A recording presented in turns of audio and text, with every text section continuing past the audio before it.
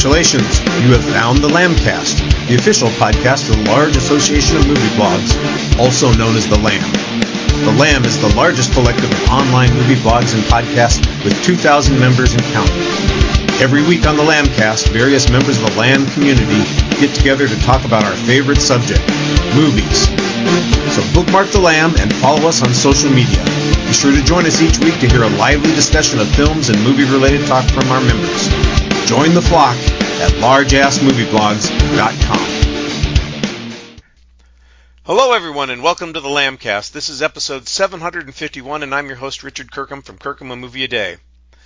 The year 2010 saw a multitude of natural and environmental disasters, such as the Haiti earthquake, the Deepwater Horizon oil spill, and the Chile earthquake. 2010 also saw advancements in technology, such as the release of the iPad and the public launch of Instagram. 2010 was the first year to have two films that crossed the billion-dollar milestone. Bonus points if anybody can name those two films. Toy Story 3. That's one. Alice in Wonderland. There you go. You each get a bonus point. And the Academy Award for the 2010 Best Picture went to The King's Speech.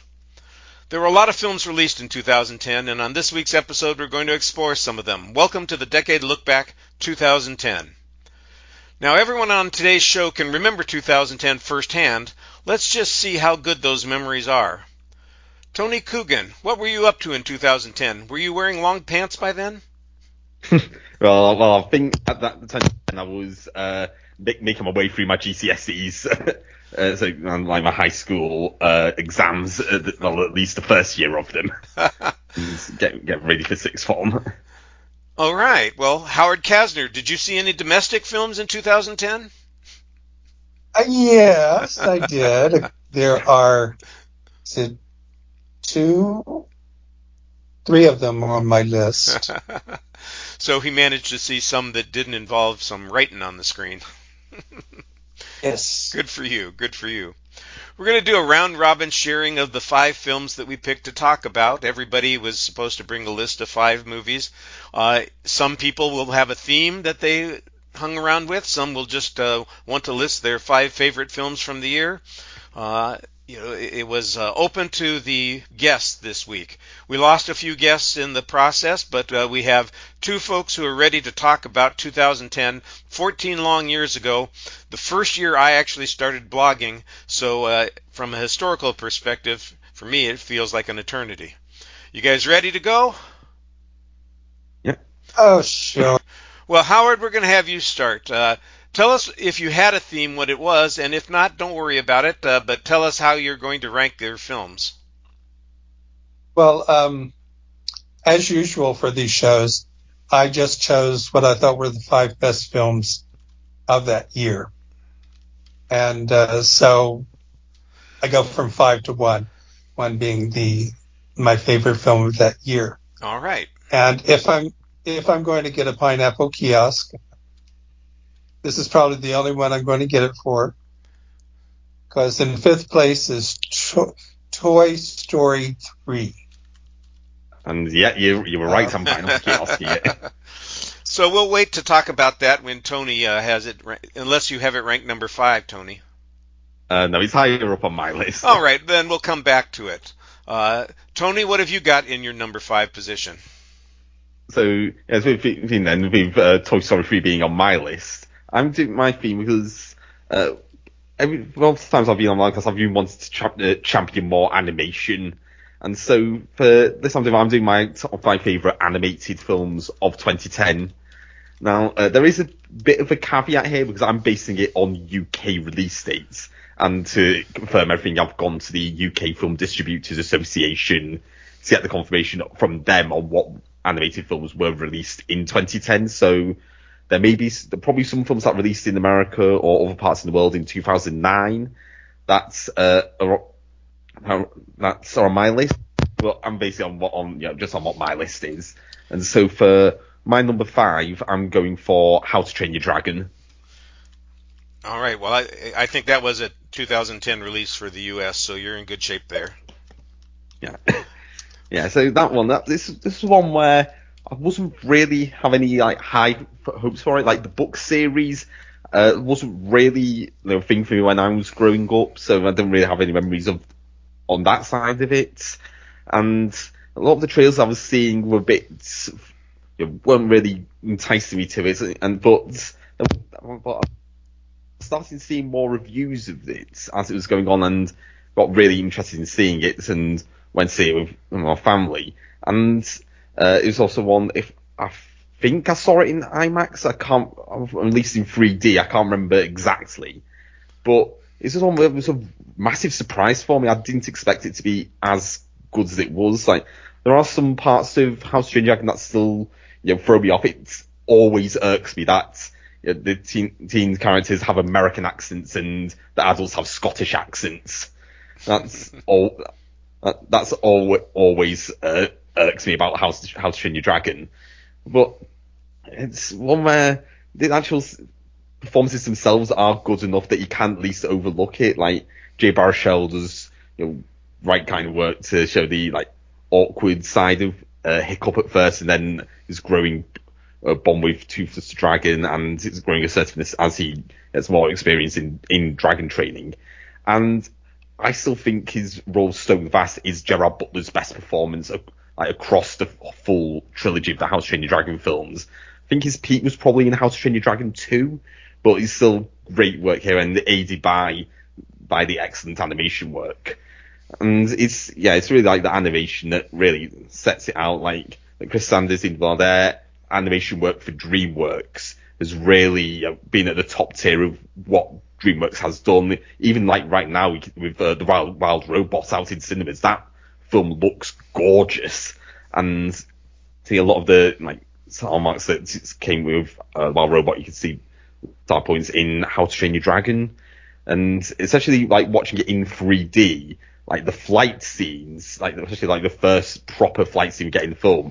It's really exhilarating, and it's one where flights always seems to be something that when it's done right in 3D, say with the first Avatar and How to Train Your Dragon, or even of camera movies create the illusion of flying, in 2011 with some of the stuff Martin Scorsese used in Hugo.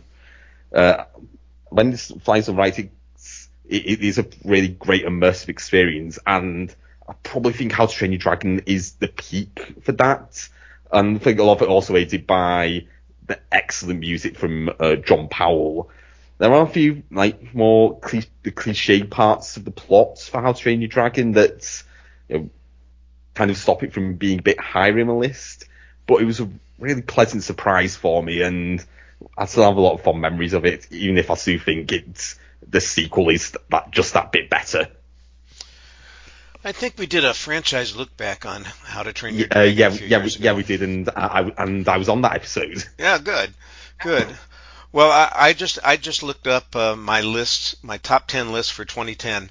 Like I said, that was my first year blogging, and it was an unusual year for me because I didn't really review movies from 2010.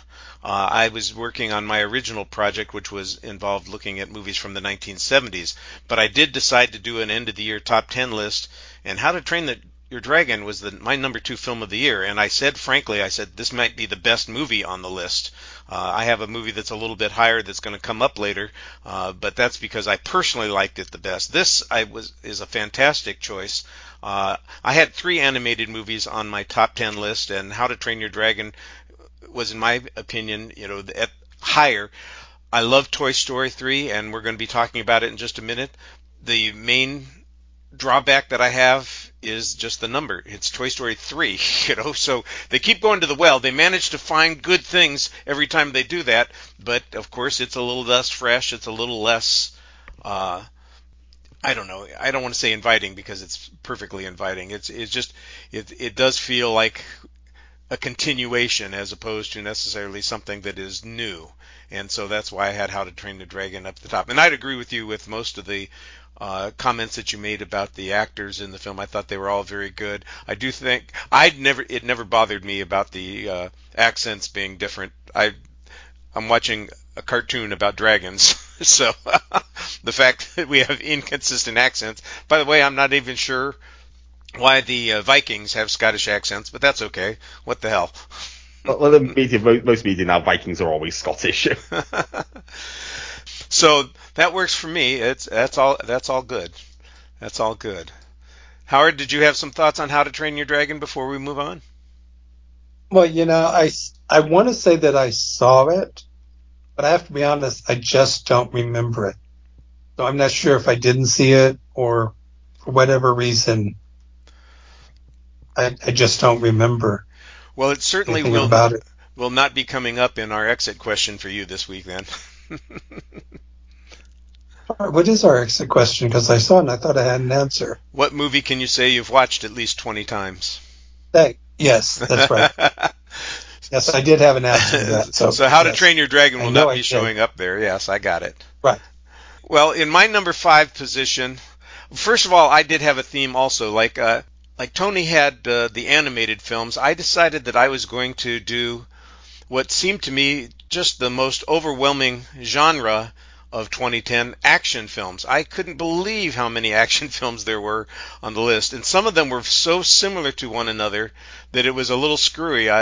We got the Expendables, we got the Losers, we got the A-Team, we got three films about teams of paramilitary folks who are engaged in some sort of rescue plot, saving the world, and I just thought, yeah, that's happening on a little too frequent basis here. But there are a bucket load of other action films as well. I picked one that I think for my number 5 position that is maybe one of the better films in the last part of Bruce Willis's career, and that's Red, Retired, Extremely Dangerous.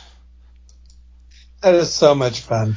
It is, Bruce Willis plays a character who's like an ex-CIA agent who's retired, and he's, just living off his pension, and he has this kind of odd relationship with the processing center, with his pension. He's kind of fixated on this woman, but all of a sudden there seems to be some problem that comes up, and they both end up going on the run together and encountering a variety of other characters involved in the story, and we have a great cast in this particular movie. It's ridiculous. An amazing cast, especially for the kind of movie it is. Yeah, we got Bruce Willis, Helen Mirren, Morgan Freeman, Mary Louise Parker, Carl Urban, John Malkovich. It was just a wild film. It's full of strange things that are happening, but lots of action sequences, and it's funny. It's very funny. It's one of those movies that I think people will be entertained by, regardless of whether or not they're in for all of the action sequences. Helen Mirren is hysterical in it. I think she steals the show. Oh, everybody gets moments in the film, and there's a lot of violence, but it's all cartoonish kind of violence. And you're right, she's terrific. Everybody did a good job. It was nicely plotted. It's a lot of fun. It was good enough that they did, I think, one. I think there's a Red. I don't remember seeing it. Red 2. There's a Red 2. I know that. Yeah, there's stuff which was also fun. Yes. And also included additional cast to make you go, oh, there's another reason to see the movie.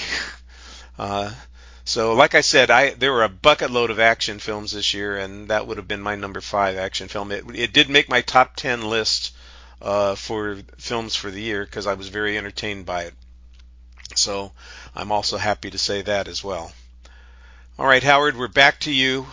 We've got, like I said, a short turnaround on these things. What have you got in your number 4 spot?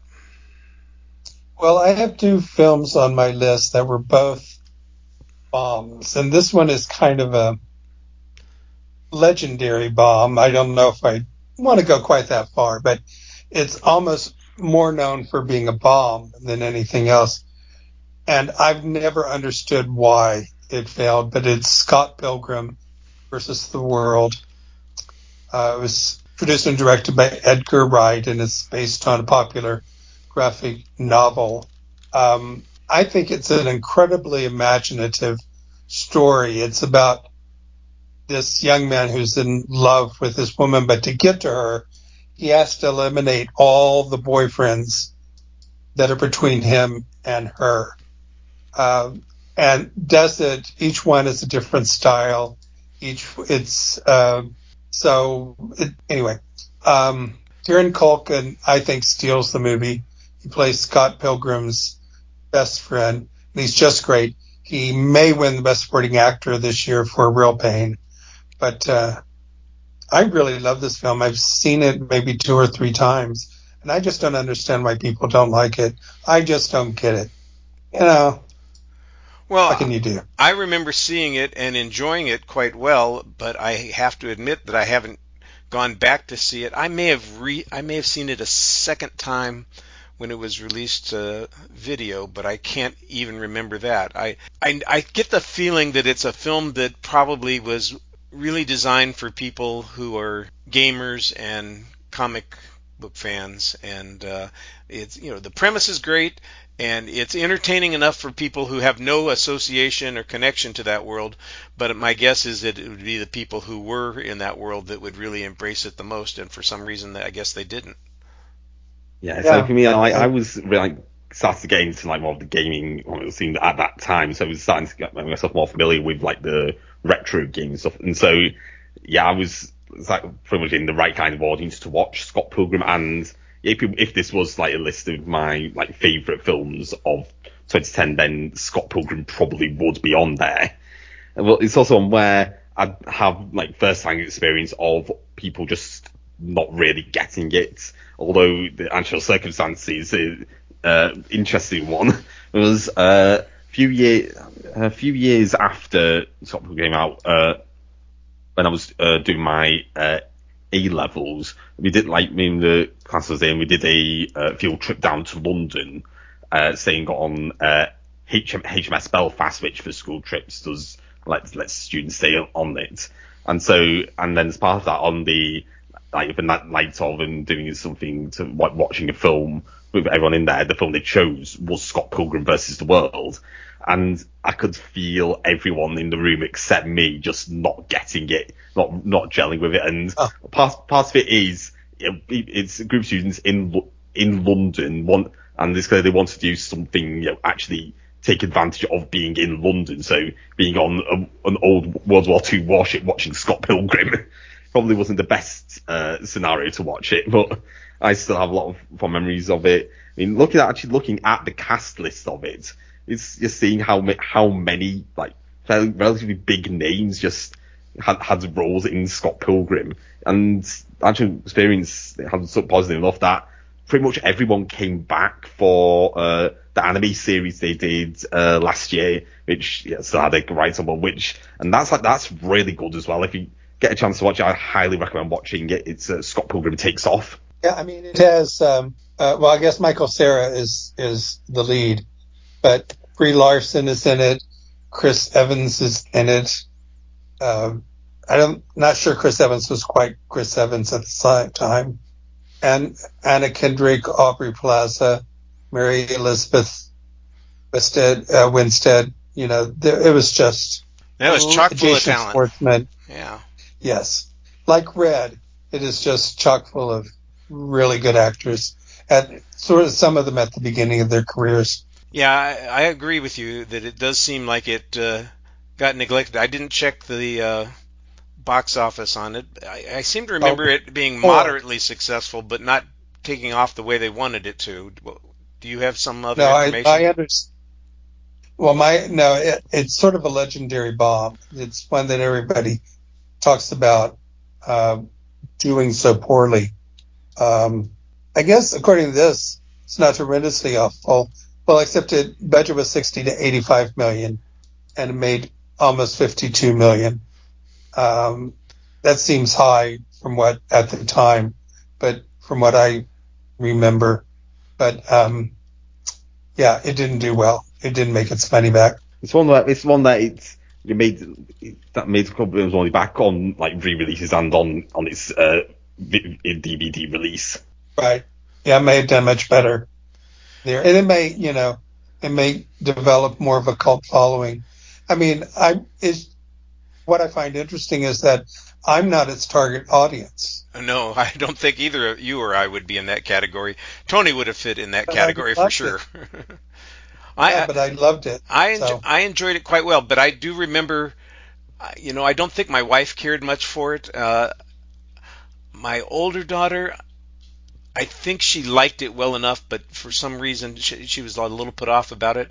And my younger daughter, Amanda, I think she was indifferent to it. She thought it was fine, but wasn't particularly impressed. But I like the whole kind of style and tone of the film.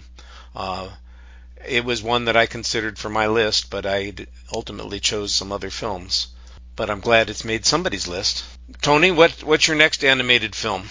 So for the next animated one, so I've gone a bit past about my enjoyment of like the modern day animated silent films. Like a few months ago, I've raved about Robot Dreams. I really like films like The Red Turtle and the Shaun the Sheep movies. And outside of like America and UK, probably one of the masses of it is Sylvain Chomet. And so the next one is his film from 2010, The Illusionist. And it's interesting. A few weeks ago, I've said it's good that we're going to get that Sylvain Chomet's work is going to be seen by more people, given that he did the animated prologue for Joker Folie à Dieu. But given how that's performing, maybe that's not going to happen. Well, probably his most seen thing is the couch gag he did for The Simpsons a few years ago. Well, it's always find it interesting seeing a Sylvain Chomet film come out, especially since like the different styles he does for his films. Like there's more exaggerated style we got with Belleville Rendezvous, or Trips to Belleville as it's in America. Like the more classic Looney Tunes style he did with Joker Folie à Dieu prologue. But with The Illusionist, it's much more realistic, like animation style, but it still keeps like that same emotional weight that Chomet does in his best work. And like the story here focuses on like aging stage magician who's like got a fairly old-fashioned act, and as he's getting replaced and in popularity with stuff like the Beatles or other that kind of music. So, and I just see him going across the UK to smaller and smaller venues, and seeing how he's losing touch with the gigs and not really finding his place in the world anymore, having to change it. And also starting a fairly platonic relationship with a girl he meets in like rural village in Scotland. And a lot of films focus on them interacting with each other when they stay in Edinburgh. And personally, someone who's like has a family in Edinburgh and go there quite a lot, it's interesting seeing how a lot of the places that are depicted in Edinburgh in The Illusionist are still there today. Even like there's one bit where he just goes into the Cameo cinema, like to see like pretty sure it's a Jacques Tati film, right? Because I'm pretty sure this is a variation of one of Jacques Tati's scripts, and they actually like do reference that in the film. And the Cameo is still open today. Like I've been there quite a few times whenever I've been up in Edinburgh, so that's always fun to see. But there's this really touching bittersweet quality to The Illusionist, especially as it gets to the ending. And so much of the charm and power of the film comes from just the simplicity Chomet does with the animation. Like this, all focuses on gestures, body language, movement, but none of it's like exaggerated. It all feels very realistic, but you can always feel what every emotion is being felt and all the reactions that the characters have, and it ends up creating this really emotional, bittersweet experience. I did see it. Again, I don't remember too much about it, but I do remember seeing it. The Triplets of Belleville are the one that sticks in my memory more. But you're right, it's actually based on an unproduced script by Jacques Tati that lost the Academy Award to Toy Story 3. As did a lot of films that year that I'm sure are on Tony's list. Yeah, The Illusionist, I saw it. I think I saw it when it came out, and my memory is getting a little bit shady sometimes. I think I own it. Oh, that's me. Yeah, I think I have a copy of it here that I maybe watched a second time. It seems very familiar to me, some of the story, the older style act being crammed out by newer styles, the magician struggling to make ends meet, Gee, I don't know where I could have experienced any of that in my life. But as I recall, it was a beautiful film and had some very sentimental elements to it, and I think a good recommendation. I like that choice. Yeah, I agree. Well, my next choice, number 4 on my list, is a film that I think I may be alone in the group of people who like these films, thinking that this is better than any of the other ones except the original, and that's Predators, which is a sequel to Predator and Predator 2, simply with the S at the end instead of a number. And it's kind of an odd film because it's not Earth that they are on. They've taken a group of people that appear to be dangerous, risky, challenging, and brought them to what appears to be a game reserve planet to be hunted by the predators. And I really like the idea, the concept that the people who show up kind of are dropped in on this whole thing and not knowing what the hell is going on. But over the course of the film, we discover what kind of people they are and why they were included in this process. We've got some pretty dangerous folks. Danny Trejo is in the film. Walton Goggins is in the movie. I'm a big fan of Walton Goggins. Adrian Brody is the star, and he's a kind of a mercenary who has been selected because of his abilities. And Topher Grace is in the movie, and nobody can figure out why he's there until we discover at the end that he is basically a serial killer, despite the fact that he's also supposedly a physician who's, appears to be on the surface somebody who didn't deserve to be there. And it's a clever action piece. It's full of great moments, nice twists. Like I said, there's a good spoiler I just gave away, so anybody listening to the show, I apologize I didn't warn you off for it. Maybe I'll put that in the video to remind people. Warning, things are coming. Danger, Will Roberts. Yes. Danger. And Lawrence Fishburne appears to have been a successful winner of the game hunt for previous instances, because he's already on the planet when everybody else arrives, and there's a couple of twists there too. So it's the director is I don't know how you say it, Nimrod Antal, who of course has made some other films that people know. Stranger Things. That's probably where I'm thinking of him. And I guess Vacancy is a movie that's a horror film I should have been paying attention to for the Halloween season. I don't know why I missed that. Thinking about it. Well, Vacancy is one I would like to see. For whatever reason, I didn't see it when it came by. I've only seen Predator. I think you've sold me on this, though.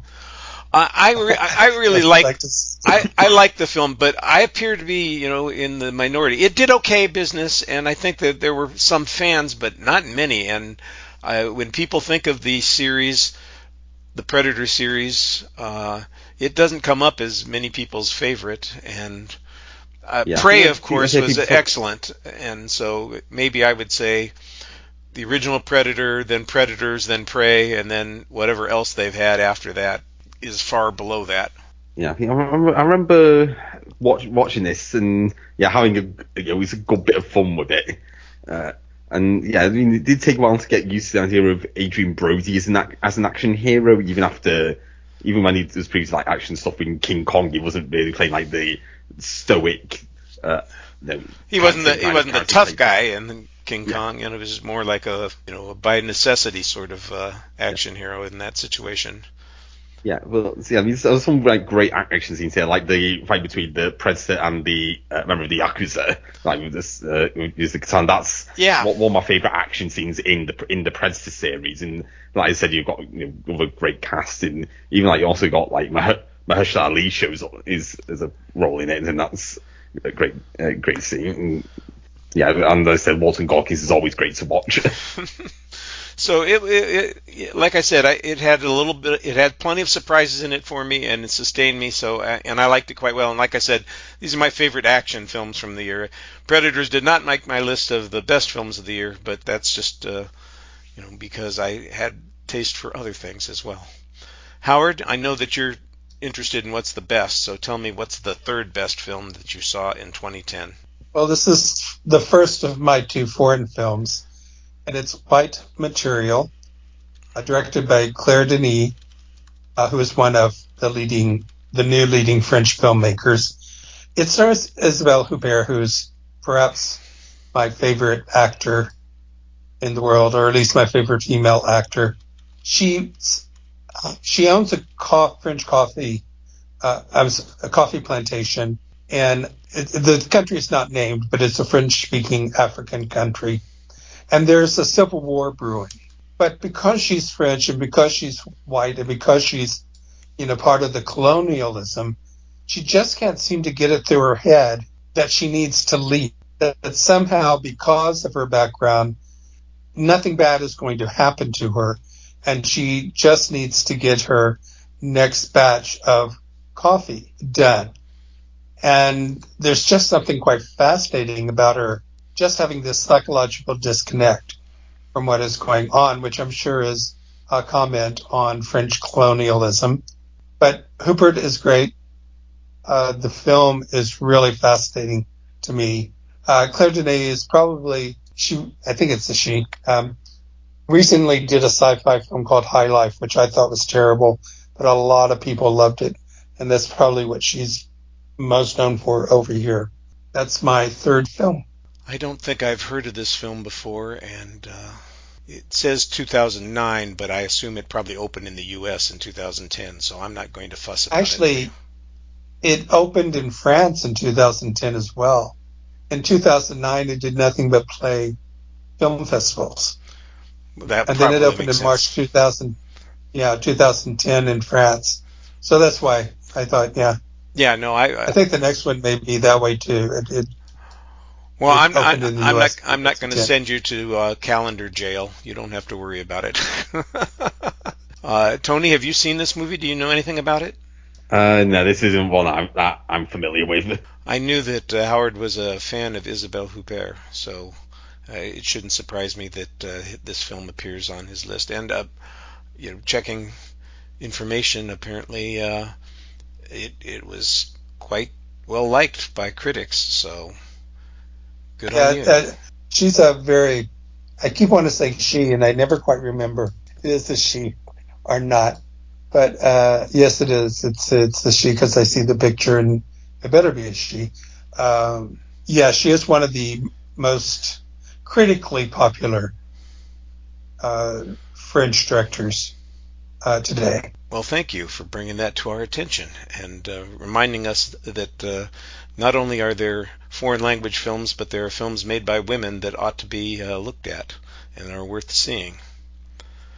Tony, time to return to the world of animation.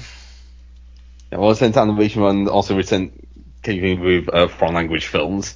And so my number 3, this is one where I think played at festivals in other parts of the world in 2009, but came out late, like October-ish 2010 in the UK.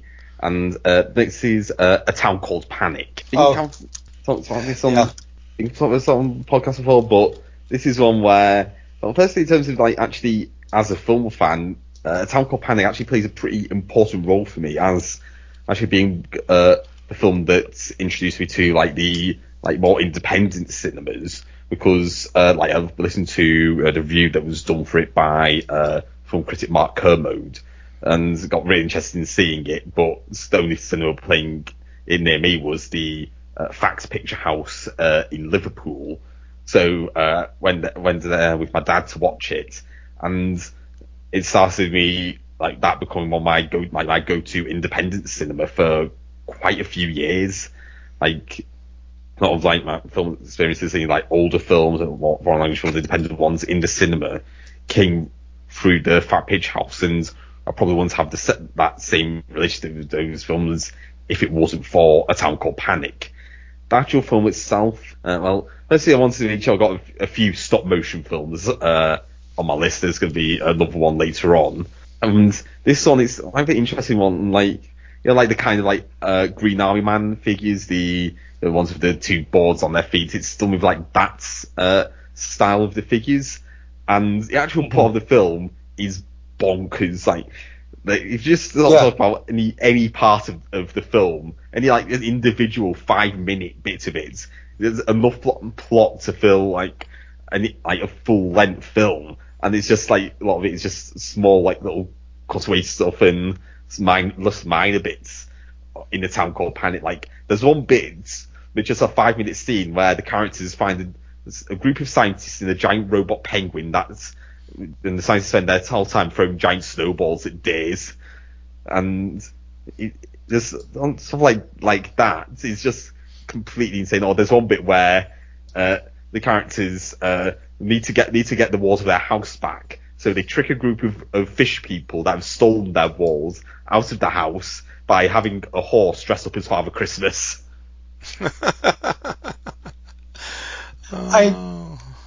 I saw this film and I'm watching it and I'm going, what is going on here? I didn't really get it. I didn't understand why people were laughing. And then it suddenly dawned on me, this movie is funny because it's funny. And once you realize that it's funny just because it's funny, then it becomes really funny. When you stop looking for anything logical or a really clear story to follow. Yes, it became a very, very funny film. After a while, we were just going, you're right, this is bonkers. I seem to remember us having a conversation about this before, but I don't think I ever caught up with the film, and I was just checking out the trailer on IMDb, and I'm going, I can't wait to see this movie. This looks like it's fantastic. The robot penguin throwing snowballs. Dropping one on Bambi out in the forest. I don't know what that's all about, but I'm going to see it because this just sounds like too much fun. Yeah, and there's also where it's just over an hour long, and what they just use every second they can of it's just over 70 minutes, and they use every second of that runtime they throw everything they can think of at the film, and it's and as I said, you just embrace the madness, and you just don't go in expecting any form of logic, at least not a logic that we recognise. It's just throwing the whole thing. It just feels like we're throwing a bunch of toys together, just seeing what form of madness you come up with. Well, it looks like they were very innovative in coming up with a variety of insane things to entertain us, and I'm all for being entertained. I like that. Speaking of entertaining, my number 3 pick is also very entertaining. I was surprised how much I liked it. Like I said before, there were films that seemed to have common themes in the action category. I mentioned the A-Team and The Losers and The Expendables. There were a couple in the spy realm as well, and one of them that I didn't think was very good was Killers, but the one that I really liked was the Tom Cruise, Cameron Diaz film Night and Day, and so that's my number 3 pick for action films for 2010. Night and Day is Tom Cruise doing Ethan Hunt only as a comic character as opposed to a serious character. It's the classic innocent gets caught up in the spy shenanigans, and there are killers after the innocent person. The spy is trying to carry out their task, their deed, but we're not quite sure if Tom Cruise's character is crazy, really a spy, is the good guy or the bad guy, and Cameron Diaz is struggling with that. She gets pulled into this, and there's some outrageous action sequences in this. Basically they crash a whole plane just to make a point and have a sequence that is dramatic. Lots of high-speed chases, gun battles, stray bullets, the usual kind of insanity that you get whenever spies cross each other's paths. It has a pretty good cast. I've already mentioned the leads. Peter Sarsgaard is in it. He's one of the sort of bad guys, and Paul Dano is in it. He's sort of he's the scientist who kind of becomes the MacGuffin of the story. I found it to be a lot of fun, and if I went back 10 years and was thinking about the film that I saw the most in the previous 5 years, this might have been it, because I think I had this as an early digital film, and so it was easy for me to pull up on the device, and I think I did that routinely whenever I was bored and looking for something to watch. So hopefully you guys have had a chance to see it and have some thoughts as well. Yeah, I saw when it opened. Apparently, it also has Gail Gadot in it, though I would not remember her. It should be noted that it is Knight, not Night. I thought it was a lot of fun. Actually, I think I kind of went to it thinking, oh, it's Tom Cruise and Cameron Diaz. And then you just get caught up with it. You know, you get caught up with it in the same way you get caught up in Charade and North by Northwest. There's just something about it that's a lot of fun. One of my favorite shticks in it is when Tom Cruise will analyze something by percentages, and this is what's going to happen in this and this. There's this one guy who's Cameron Diaz's sort of boyfriend, and he's going to shoot him in the leg. But before shooting him in the leg, he says, "Now, okay, this is going to really hurt. But what's going to happen is when you get out here, your desirability by women is going to go up to like 90%. So this is going to work out really well for you." And then he shoots him in the leg.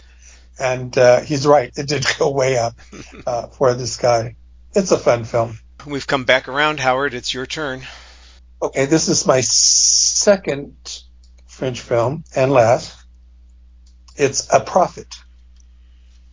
This is a prison crime film directed by Jacques Audiard, who is quite possibly or probably going to get an Oscar nomination this year. He's one of the most, I think, exciting and promising new French filmmakers of the last 10, 15 years. Well, more than that, because this was 2010, and that's 14 years ago, 20 years or whatever. It stars Tahar Rahim, if I'm right about that. Plays character of Algerian origin. He's a petty criminal, but he gets imprisoned. But slowly he rises in the prison hierarchy and becomes the head mobster. And then upon his release, he has become the new head of a crime syndicate. It's quite realistic. It's quite fascinating. Story of his rise is riveting. It was nominated for Best Foreign Language Film at the 82nd Academy Awards. This is also a 2009 film that opened in 2010 in the U.S. But it was really exciting to see this film by a new filmmaker and it to be so good. Tony, have you seen A Prophet? I have not. I've heard good things about it, but I've not seen it myself. Yeah, no, I remember hearing great things about it when it came out and thinking that I should see it. Just one of those ones that I never got around to and now need to catch up with. And one of the nice things about these shows is it reminds us the kinds of things that we need to catch up with. So there you go, folks. I think that this will be a film that will be very entertaining and interesting to me. I'm looking forward to it. I wasn't avoiding it. I just happened to not catch up with it. That's all. I feel bad about it now. All right, I'm going to assuage my guilt and have Tony speak next. Tony, you're up. So for my number two, and going back to how was this? My number two is Toy Story 3. All right, so now we've got an overlap. There we go. Yeah, and for Toy Story 3, I always have some personal connection to the Toy Story films. Toy Story 2 was the first film that I saw in the cinema, and growing up repeatedly watching the Toy Story films, watching the Buzz Lightyear TV series, which is a better version of that character than Lightyear ever could manage. Growing up, and it just felt right that we did eventually get a Toy Story 3 to focus on what would happen when Andy grew up. It felt like the natural way to continue the story after what was set up in Toy Story 2, and we saw actually another really emotional powerhouse from Pixar, the actual endings of it, and focus on in some ways different versions of death and reactions to death in the afterlife and the way of moving on from personal life. And we've actually the characters and voice acting, strong with stuff we get from all the Toy Story films. Ned Beatty makes a really managed to make a pink fluffy teddy bear a sinister villain playing Lotso. And has the second half turns like a Prison Break film. And has a lot of really creepy imagery, a lot creepier than I was expecting. almost works to its advantage. And then we get to the actual ending of the film and seeing like the furnace, which is, I'm sure a lot of kids watching it have got nightmares watching that bit.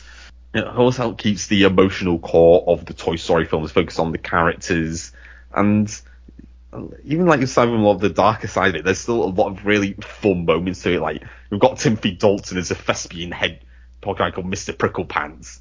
Michael Keaton steals the show as Ken. Yeah, it's just a really great bit of fun, even with the dark side of it. And like, I did enjoy Toy Story 4, but the series should have ended with 3. And I also think, like, having a Toy Story 5 coming up soon, it just, the whole thing feels like they're just trying to milk the franchise when it should have ended with 3. Like, there's like the short films we got afterwards, then sure, fine with those, but yeah, 3 was the perfect finale to Toy Story, and it should have stayed that way. Howard, this was your film originally. Did you have other thoughts about it? Well, I think it's the best of the Toy Story movies. I haven't seen Toy Story 4, and I think one reason is I didn't want to ruin the franchise by watching Toy Story 4, if that makes sense. I think one of the reasons why I liked it so much is I found it incredibly profound about the importance of imagination and the importance of creating stories and the importance of art, how it forms us and how much we need it in our lives. It's also incredibly nostalgic for that moment when we sort of stop being children and we become adults, and that's a very bittersweet moment in our lives, and that's sort of what happens in this movie. It's a dramatization of that. So I thought it was the best of the 3. I thought it was the most profound. I thought it was most interesting. I thought it was one that had the most to say about things. Yeah, I think Toy Story 3 is terrific. It's one of those films that when you hear they're doing a third one, you say, oh, no, you don't need to do that. The first one was perfect. The second one ended up being perfect. Can they really go to the well again? And holy criminy, they managed to do so and have it be incredibly moving. Like you said, it's profound in a couple of ways, even though it's also entertaining and a kid's movie. It exists for good logical storytelling reasons, and it brings us back in contact with characters that we loved for years, and I can't imagine that you wouldn't want that. So there's nothing to be shy about, Howard. You can see 4; it won't ruin the other 3 movies for you. And this was the point at which I think all Pixar had to do was release a film, and they had a spot in the nominations for Best Animated Film. I don't think that they've been as consistent since then, but this may very well have been the pinnacle of their success when they were making films. Now it's a little bit more hit or miss. They're still having hits. I think that they're still doing a good job on those things, but there are several misfires that they've had along the way. But before Toy Story 3, I think they were all hits. All right, well, my number 2 is one that I actually got some feedback on from people when I posted it as a choice. They said, really, you have this ahead of The Social Network and some of the other films that came out that year? And I said, yeah, because I'm a horror fan and I like the idea of this, and this was I don't want to disparage George Romero, but this was a step up when it came to being entertaining, and that's The Crazies. The remake of the George Romero film. Horror films are always, something is, if they're telling a good story, and this is sort of like Night of the Living Dead, only the people aren't dead, they're just insane, and they've lost the ability to hold in their emotions, and there's a lot of tension in this film, a lot of action scenes, there's sudden deaths that occur, and it stars Timothy Olyphant, who I'm a big fan of. I really think that he was great in this picture. My younger daughter, has a little bit of a thing for Joe Anderson, so he's in the picture too. And we really like the movie quite well, and it meets the requisite of tension and action that I was looking for, and it really made me think a little bit about what was going on. There's political elements to it as well, because the solution that the government has to their problem is not the one that most of us would see as being appropriate. Basically what happens is we get a toxin released in a small town that turns everybody into violent psychopaths, and we have people who have been affected by the toxin and people who haven't been affected by the toxin, and they're interacting with one another, and there's a desire to escape the area, and so it's not a prison escape per se, but it's a journey film, because there are people who are trying to get from point A to point B, thinking that point B is going to be safe. And of course, along the way, spoiler warning, point B isn't safe either. I was really surprised at this film because it was at the time when I was getting really tired of Living Dead films, and this is really a Living Dead film. And as you say, it turns people into these violent psychopaths. And I went and saw it, and I was quite surprised. I was with it from the very beginning. Timothy Olyphant is very good. One of the things that helps is he has a particular goal. He needs to find his wife. He needs to save his wife because they think she may go crazy any moment because she has certain symptoms. So it's a very exciting movie. It doesn't overdo the violence. And it's very smart, I think. Oh, great. I get a little support on this one. Like I said, I got some dirty looks from a couple of people when I suggested that it was, worthy of being on a top 10 list. But I think it's very well made and entertaining. It's been a while since I've caught up with it, so I should probably return to it and enjoy it again. All right, Howard, what was the best film of 2010? Well, it was a little hard to decide between A Prophet and this one. And I guess I went ahead and went with this one. Not sure I can say why. This is another one of the big bombs of the year, and it really bombed. And again, I don't really understand why. But it's called The Killer Inside Me.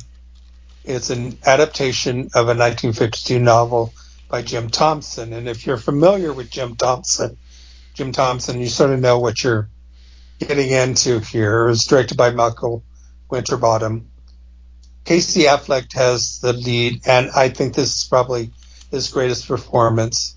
He's a deputy in a small Texas town, but he's a sociopath, maybe a psychopath. He likes violent sex. The movie is not always a pleasant watch. Catalyst of this movie is that his brother took the blame for a crime that Casey Affleck's character did, and it was actually having sex with a minor female. The brother gets out of prison, goes to work someplace, and dies, and Casey Affleck is suspicious of how he died, and this sort of sets it off. But along the way, he kills one person, tries to kill another. It's very brutal. One of the things that may have stopped it from doing well, box office wise, is the violence dramatized here is almost always directed at women, and it is pretty horrendous at times. So I got a lot of flack for that, but I thought it an incredibly powerful film. Tony, have you seen this? I've heard of it. Personally, with Michael Winterbottom's work, I'm more familiar with the work he does with Steve Coogan. I'm not really seen any of Winterbottom's films outside of those ones. Well, I'd heard mixed things about it, and I was a bit umming and ahhing over whether or not to actually watch it, but may give it a chance now. Well, I'm familiar with other films that have been made from Jim Thompson's stories, so I think this is intriguing. I'm not sure why it doesn't look like it got very much of a release. I'm not. Oh, didn't it? Played for 1 week in Los Angeles at this one art house. Yeah. And that was it. It was gone. I don't think anybody knew it was there. I guess they lost faith in it, and they just didn't really, once it got the criticism probably of the violence, they might have lost faith with it and just didn't. Like I said, I heard of it, but I never saw it, and one of the reasons I probably never saw it is because it didn't get a wide release. That's a little strange. I guess I could have ordered it on on release, a VOD kind of thing, but I wasn't doing that in those days. I was mostly just seeing things in theaters. Tony, what's the best animated film of 2010? So in terms of my favourite animated film of 2010, and for the longest time it was Toy Story 3, but then I look back over in the Film Distributors Association catalog and seeing what films came out in 2010, and I saw that this song was on the list, and I realised, this is number one, and that's Mary and Max.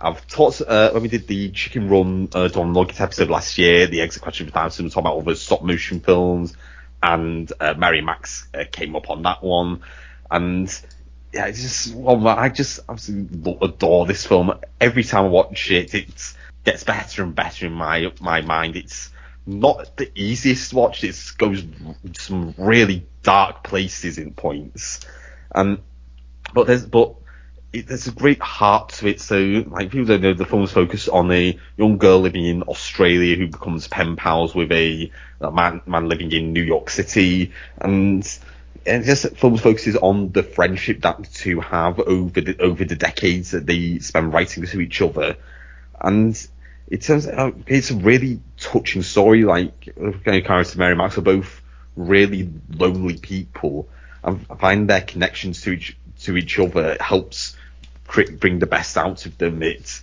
makes them more open and gets them to see the best sides of the world and in themselves.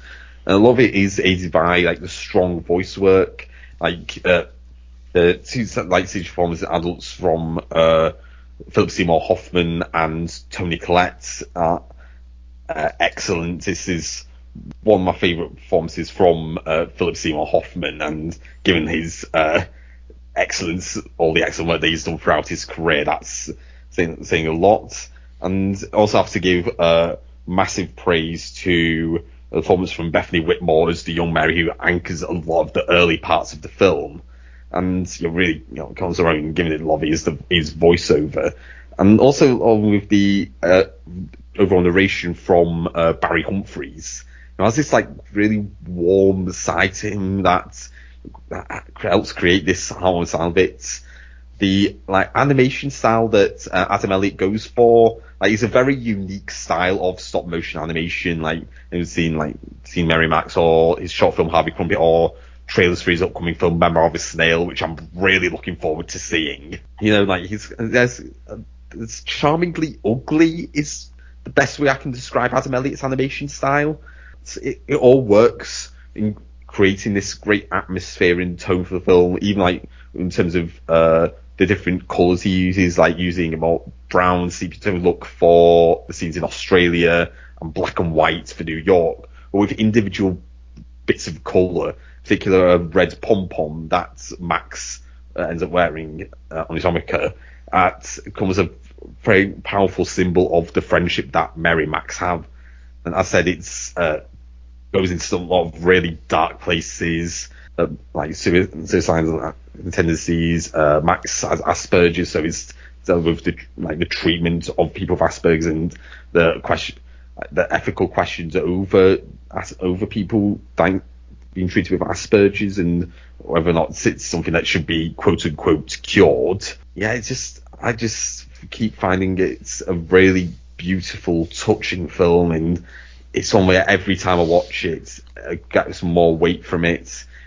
And this is one that just keeps standing out to me, and it's fast going up the ranks in not just my favourite animated films ever, but just my favourite films overall. Well, I remember we talked about this before. I forget what the episode was. Do you remember? Yeah, it was in the Exit Question for the Chicken Run Over the Nugget episode. Oh, okay. It was last December. Yeah, I remember talking about this and being intrigued by it and thinking I should catch up with that. I haven't done so. I looked at it again just now and it said, oh yes. Suddenly I was reminded of having that conversation, and it looks great. It's kind of like a claymation stop motion, but it's not really claymation. It's something a little bit different.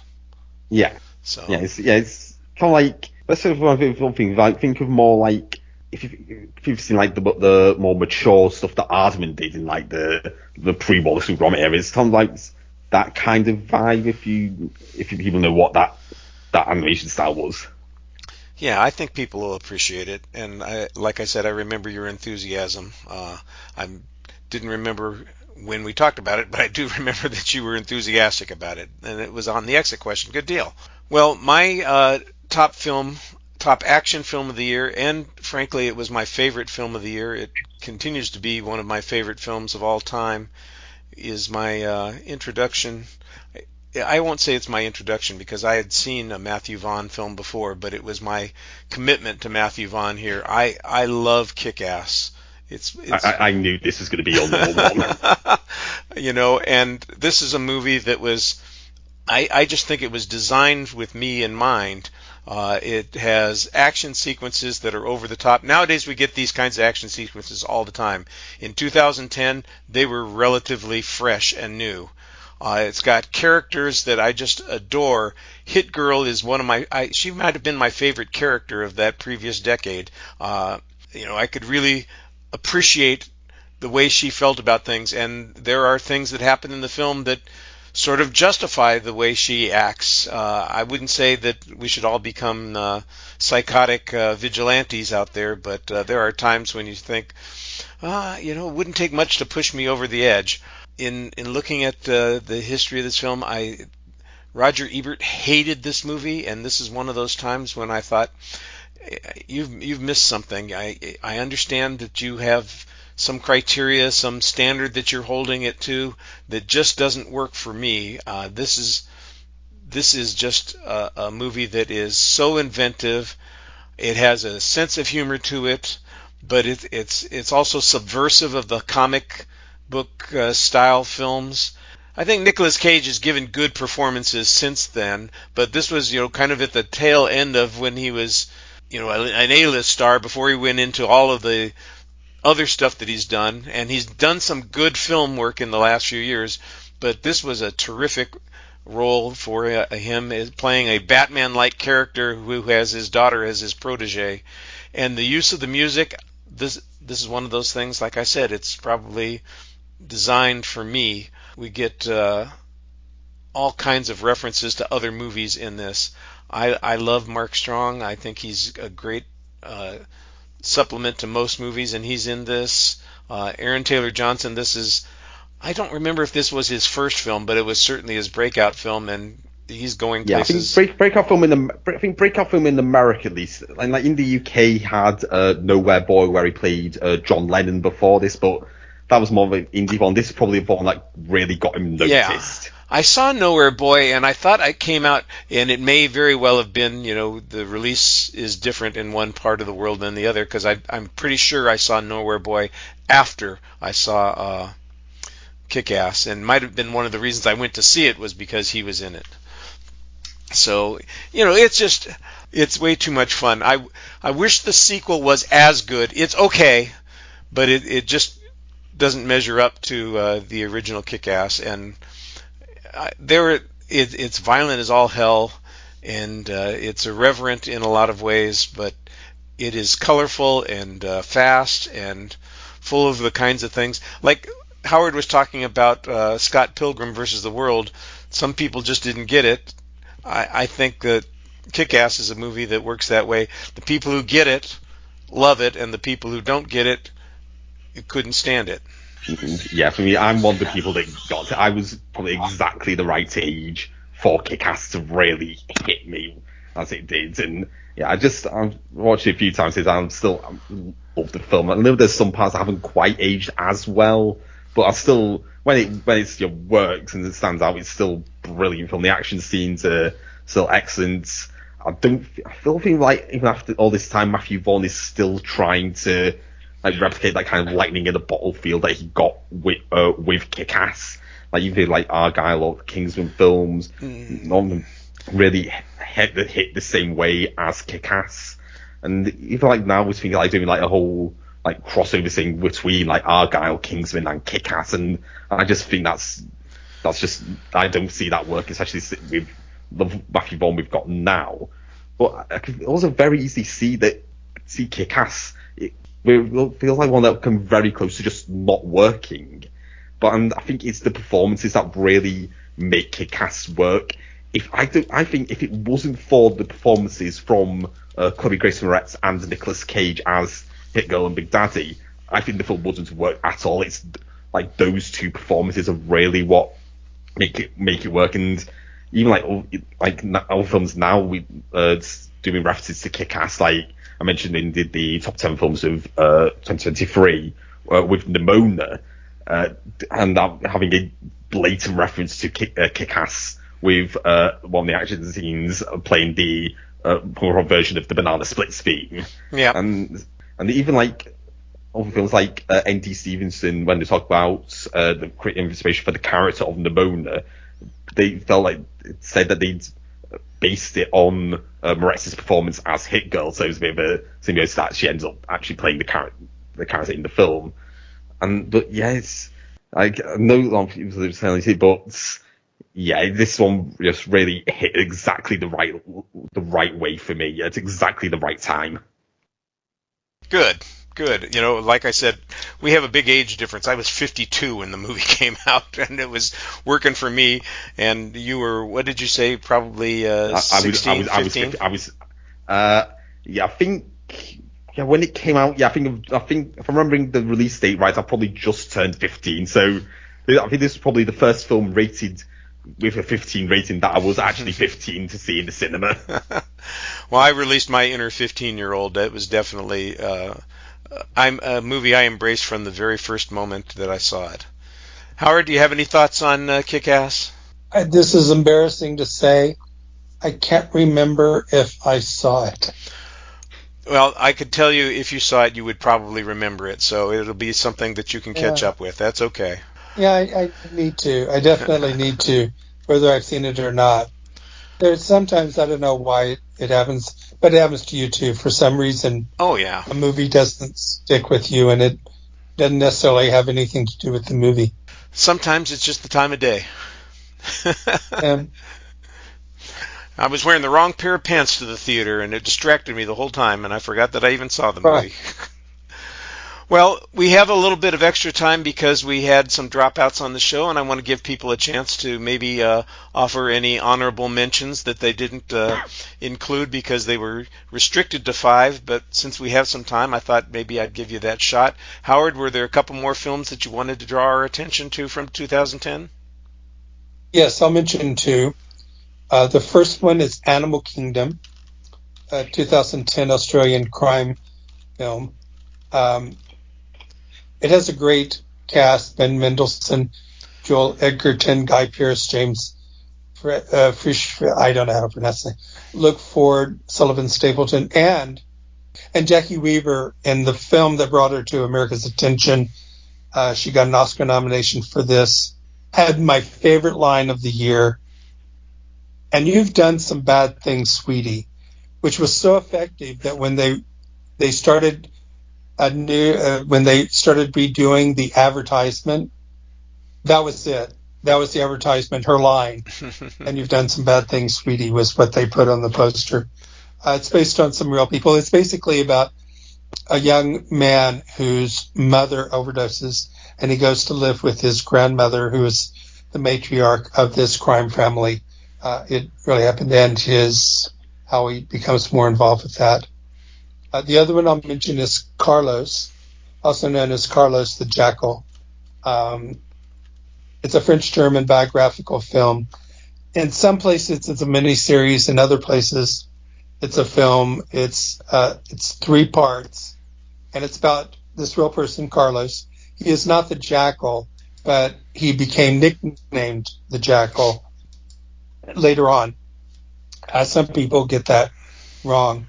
He's a terrorist, and he became very, very famous. But in this movie, he's almost an idiot at times, and he never does really succeed in doing much. It's hard to understand why he became this famous person. And one of the things he does is he hijacks a plane with a couple of people and tells them to fly them to this particular city. And they tell him, "We can't do that." He says, "What do you mean you can't do it? I have the gun." He says, "No, we don't have enough gasoline. this is not the right plane to use to get to that location. We can't, it's impossible for us to do it. And you realize that this guy is actually in many ways pretty incompetent. But it's Olivier Assayas is the director. It's one of his best films, and I do highly recommend it. But it is 3 parts, so it's kind of long. It's 5.5 hours. Oh, yeah, I could see why they might run it as a mini-series. 5.5 hours. Those are my two. Time. Okay. Yep. Tony, were there some animated films that didn't make your list that you thought, well, I should at least mention them? Yeah, a few ones that in this list. So a few ones that nearly made the list, but like actual release dates a bit more iffy, so I wasn't quite sure about including them. First one is Arrietty, which is the Studio Ghibli adaptation of The Borrowers, which is really like great animation style, like fits with Ghibli and like not Bite of the Borrowers, but it's one that came out in 2011 in the UK, so it was ineligible for my list. But one that I highly recommend, and if you can watch if you want watching an English dub of it, try and watch the British dub. Like the American dub is fine, but like the British dub, like the cast for the British one is so much better than the American one. The British one has Saoirse Ronan, Mark Strong, Olivia Colman, and Tom Holland in it.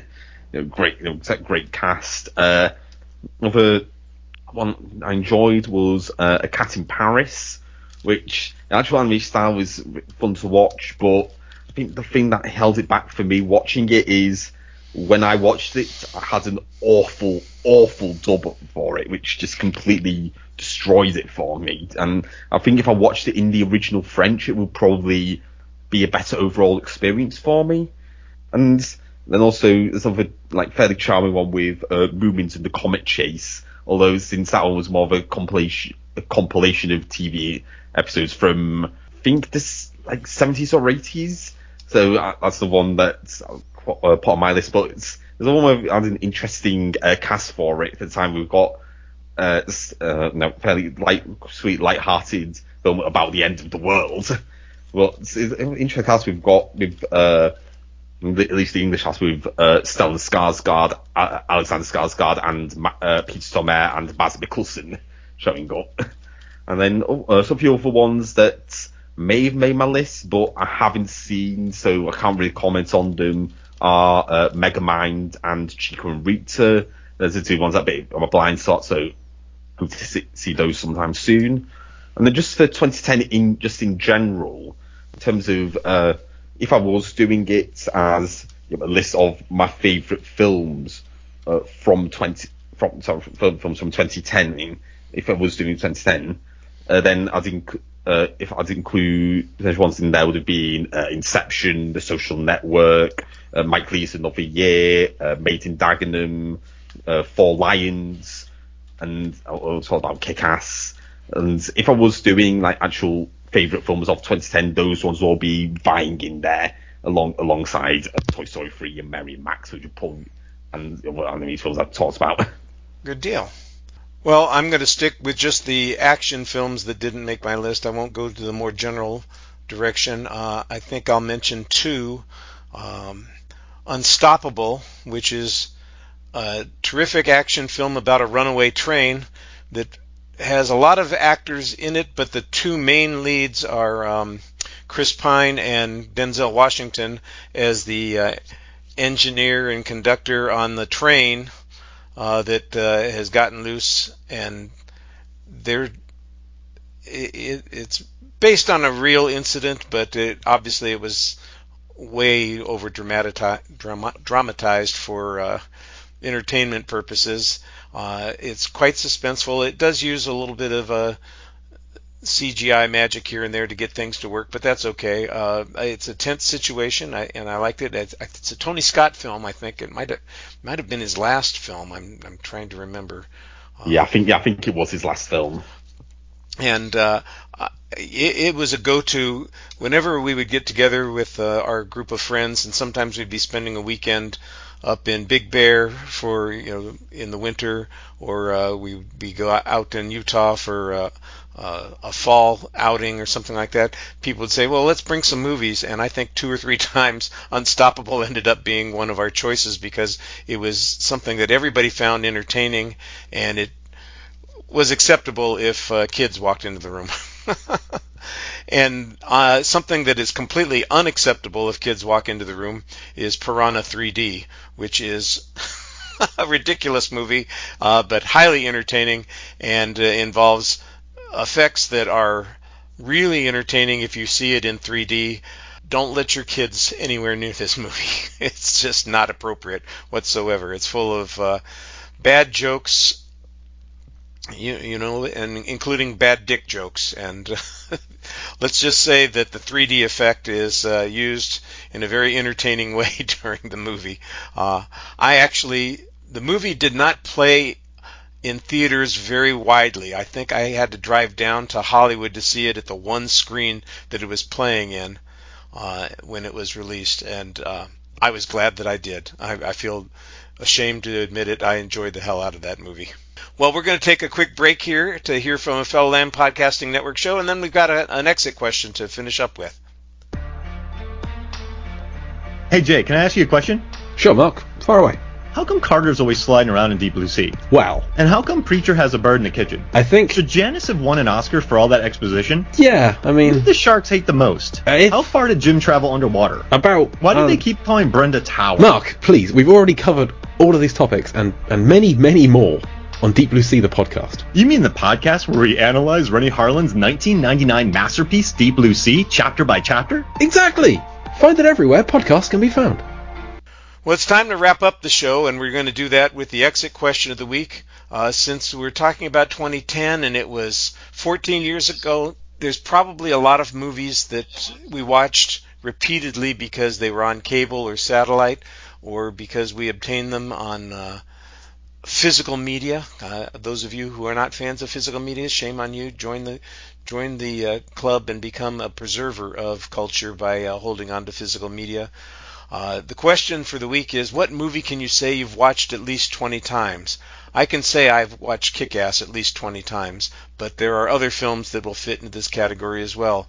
And I know that Howard has an answer to this because he had to be reminded about what the exit question was, and he said he had thought of an answer. So, Howard, what's a movie that you've seen at least 20 times? Well, I have to be honest, I'm not sure I've ever seen a movie 20 times. I've seen movies quite a bit, like All About Eve, The Maltese Falcon, and even 2001, as well as Airplane. The movie that I've probably seen the most, and there's a logical reason for this, is The Wizard of Oz, because it would come on TV once a year, and I would watch it every single year. So that's probably 10 times alone for that. Without even maybe thinking a little hard, more. Yeah, and then I've seen it a few times, especially a couple of times when I got to see it on the big screen. So that's probably the one I've seen the most of. I know that you haven't done an actual hard count on that. I can guarantee you've seen it 20 times because, like you said, if you saw it a dozen times when you were growing up on television and a couple of times at big screen presentations, that gets us to 14 without even thinking hard about it. Another 6 could slip in there easily without even worrying about it. I'm sure that you've done that. Tony, is there a movie that you've seen at least 20 times? Yeah, it's about thinking over, if there was any I've watched more than 20 times. I'm thinking, and there's probably ones where I think of the ones that I had like physical copies of when I was growing up. So essentially, I was ones that maybe gotten there were like a video I had which had The Jungle Book, The Sword in the Stone, and the Disney Robin Hood on it. But I don't think I watched those ones 20 times. But the more I think about it, I think the actual one I've watched more than 20 times is The Lord of the Rings, The Fellowship of the Ring. And probably just like the full Lord of the Rings trilogy in general. A lot of it is mainly because when I was growing up on Thursdays and Fridays, coming back from school, I would go to my nan and granddad's for the evening, like is from parents to pick me up. After I'd done my homework, I went up to their computer room and you stuck on the DVDs, and the ones they had were the Lord of the Rings trilogy. So like quite a lot of times I ended up just over a few days just watching each of the films, like a different film, one of the films each week for like an hour at a time. Yeah, and I just definitely have memories of just constantly watching them, and then watching the extended editions with our families every now and then. And whenever there's cinema re-releases, I always try and watch those. And definitely going to end up watching it a few more times because next year me and my dad are going on holiday to New Zealand and doing the full like Lord of the Rings Hobbiton tour. So I'll be definitely making sure I watch definitely Fellowship of the Ring again before that. Absolutely. You know, if I think about it a little bit, I might be with you on that. I saw all three films when they came out originally. I saw them when they came out on DVD, and probably watched them a couple times each on that, and then a couple of times each when the extended editions came out, without even thinking hard about it. When the extended editions came out, they had screenings of each one separately, so I know I went to that.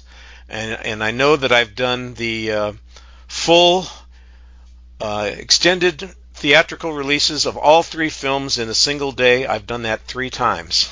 So I know I've seen these films a lot. If I quite get to 20, it would be tough for me to. I might very well have. You know, it's just one of those things. I think everybody here is naming films that they're likely to be, you know, popular thing. Wizard of Oz is another one that probably I would fit in that category too.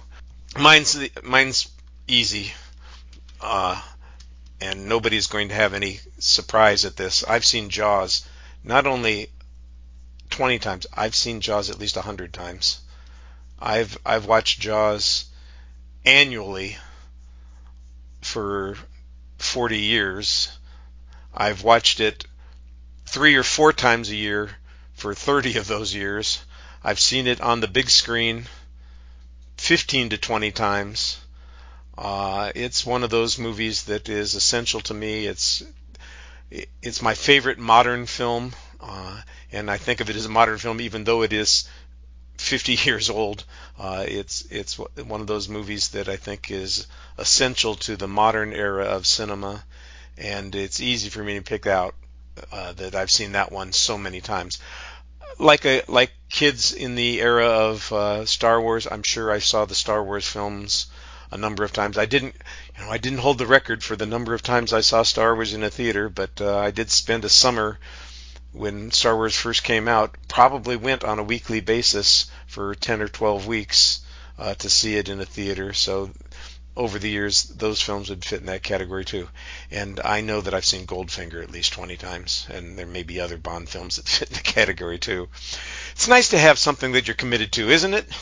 Well, I want to thank Howard and Tony for joining me. I'm sorry that we missed out on our other guests. We had a couple of cancellations, and that just happens. It's one of those things. But I think those of you who are listening have gotten a good chance to figure out that there are some films out there from 2010 that you may not have seen.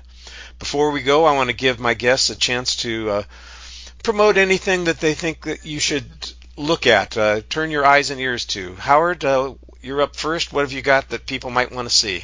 Well, the latest episode of Pop Art is up, and that is with Lisa Leahy, who is my annual Halloween episode guest. She chose 10 Cloverfield Lane, and I chose The Collector, which are both about films where women are abducted and held prisoner. The next one is going to be with Sammy Giuliano, and that is going to be Ben-Hur and One-Eyed Jacks. Those are both about friends where one betrays the other serves some sort of time and then comes back for revenge. After that, in December, that will be with Jay Cluett, but that's very early yet. Tony, have you got something that we should be looking at? So yeah, over on my site, recently done a set of reviews of films I saw at the 2024 London Film Festival. So I've got reviews up there for Savages, Flow, Endurance, The Balconettes, Queens of Drama, A Nice Indian Boy, We Live in Time, and Queer. And I was also recently a guest on Deep Blue Sea, the podcast.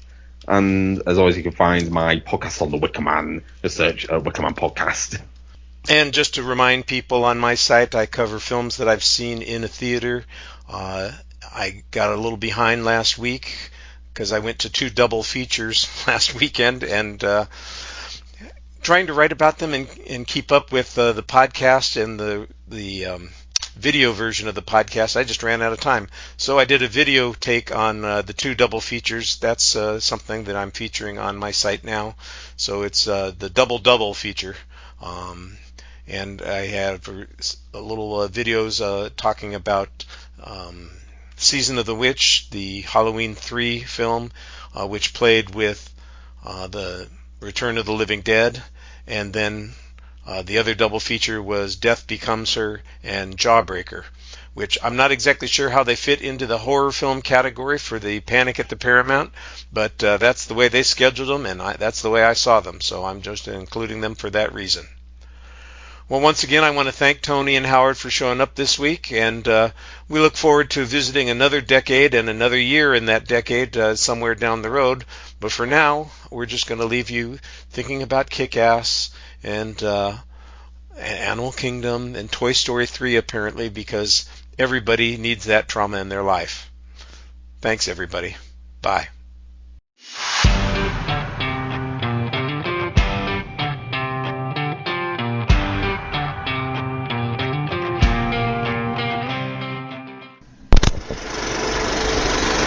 You've been listening to the Lambcast. If you have an idea for a show or would like to join us on the Lambcast, contact us at largeassmovieblogs.com. Find us on Facebook, just search for Lambcast, or on X, formerly Twitter, at Lambcast. And you can find us on YouTube as well. The Lamb site can be found at largeassmovieblogs.com. We'd also love it if you would leave a review on iTunes.